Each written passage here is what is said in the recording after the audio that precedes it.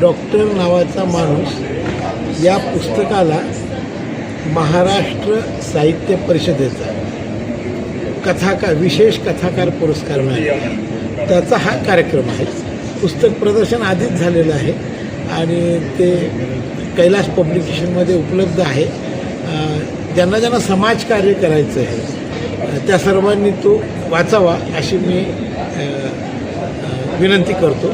महाराष्ट्र साहित्य परिषदेचा अत्यंत प्रतिष्ठेचा पुरस्कार डॉक्टर नावाचा माणूस या पुस्तकाला यावर्षी मिळालेला आहे आणि त्यानिमित्तानं अखिल भारतीय साहित्य परिषद महाराष्ट्र प्रदेश शाखा संभाजीनगरच्या वतीनं पुरस्कार मिळण्याच्या निमित्तानं हा सत्कार सोहळा आयोजित केला जातो. हे पुस्तक वैद्यकीय सेवा कशी असते याची प्रेरणा देणारं आहे. एका डॉक्टरनं कसं असावं, रुग्णाचं आणि डॉक्टरचं जे एक नातं असतं हे नातं उलगडत जाणारं हे पुस्तक आहे आणि ते सर्वांनी वाचावं असं आमचं मत आहे.